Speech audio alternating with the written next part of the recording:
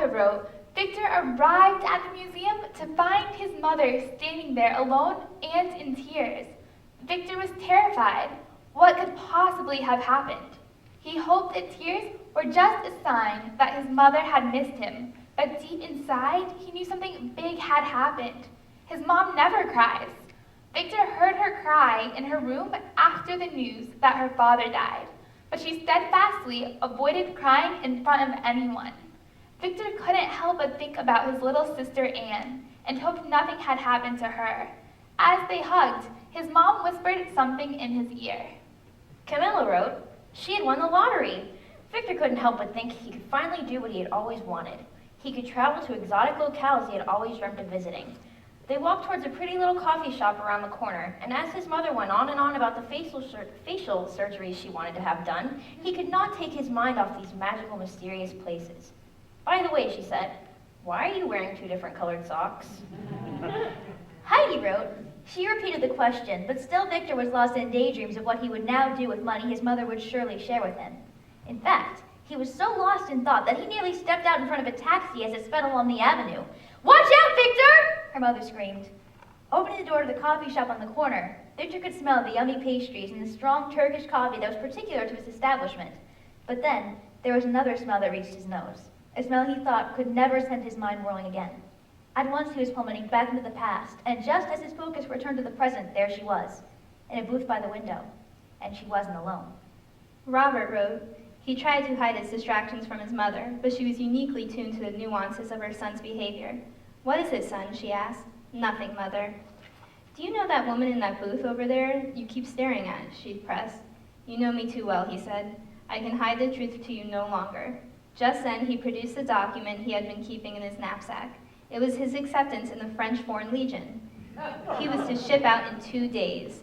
He was afraid his mother would scoff at his ambitions, the way Beatrice had before she left him, and apparently before she renewed her relationship with Jose, the pitcher for the New York Mets.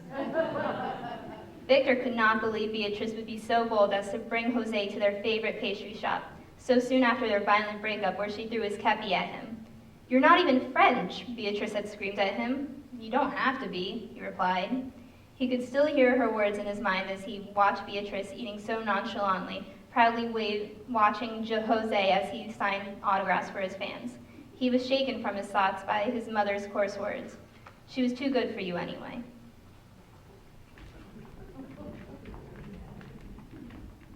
The instructions were clear. Go to your favorite place, stand directly in the middle of it, and then armed with a compass or a strong sense of direction, take a photograph facing north, south, east, and west. The pictures were then posted on Flickr.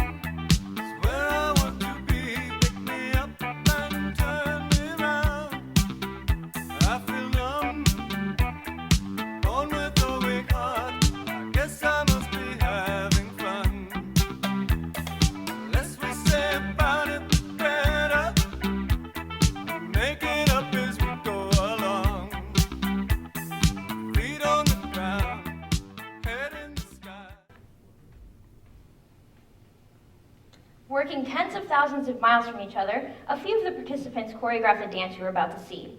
The participants are, on videotape from Croatia, Iva Vankic, and performing live in Florida, Lori, Miranda, and myself.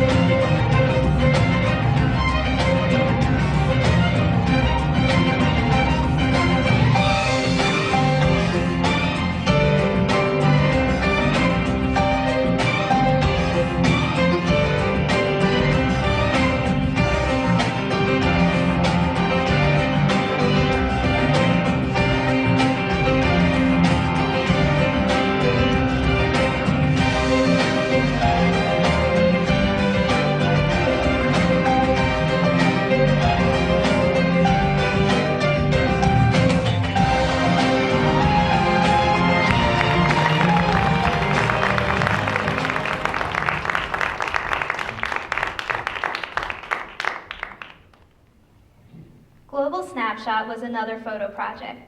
We realized that on New Year's Day of this year, the date would be 010110. We thought, what better way to celebrate both the global and digital aspects of Gen Z than to do something collaboratively on this date consisting of ones and zeros. So at the exact same instant on that day, many of us took a digital picture of ourselves wherever we happen to be. We had already picked a time in which we were all likely to be awake, taking into consideration the different time zones in which we all lived. So at these times, which represent the same exact instance globally, the following pictures were taken.